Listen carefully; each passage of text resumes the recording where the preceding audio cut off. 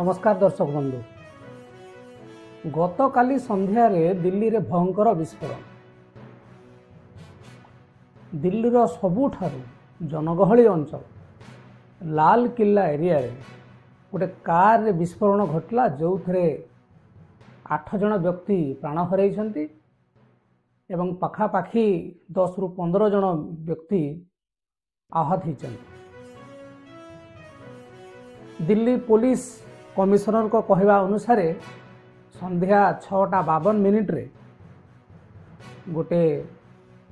धीरे धीरे जाउथवा गोटे कार सेठी अटकिला एवं विस्फोरण घटिला। ताकू नेइकरी वर्तमान प्रधानमंत्री मध्य एक्स रे दुख प्रकाश करछन्ति जो माने मरिछन्ति एवं जो माने आहत होइछन्ति सेमानका आशु आरोग्य कामना करछन्ति। दिल्ली रे हाई सिक्यूरिटी लेवल गोटे मीटिंग होउची जो राजनाथ सिंह अमित शाह प्रमुख मोदी सहित कथबार्ता करुछन्ति।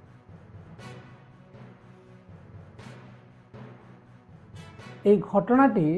ঘটিবার গোटे टाइम पीरियड अच्छी कहीं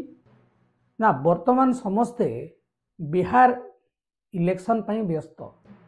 एवं जो माने कांड घटे जहाँ संदेह करा जाउछि जे एटा आतंकवादी कार्यकलाप हो थाई पारे बोली तेणु वर्तमान से देखिले जे सबू नेता शासन प्रशासन वर्तमान बिहार को लेकर चिंतित एवं से समय तांको गोटे मौका मिलला जे टिके गला बाट देखिले ए प्रकार काम करेंगे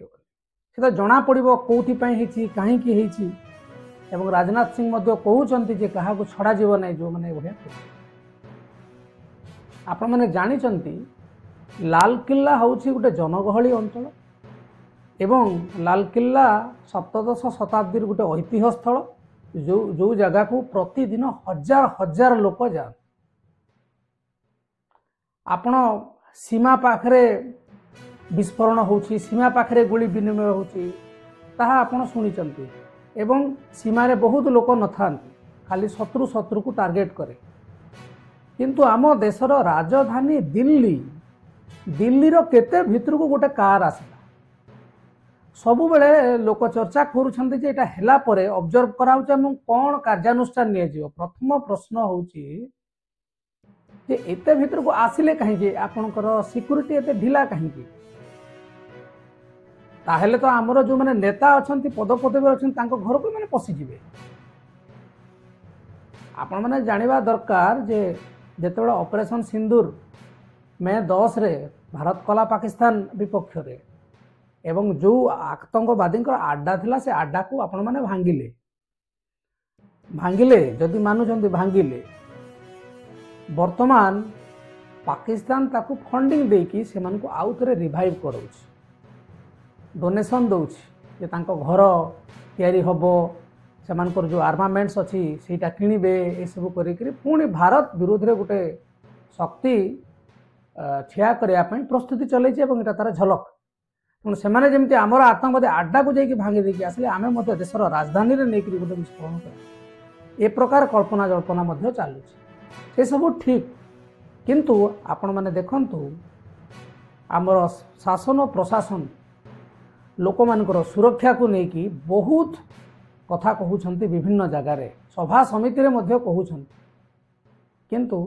गोटे कार पशि आसिकरी लाल किला एरिया रे विस्फोरण हो जाउछि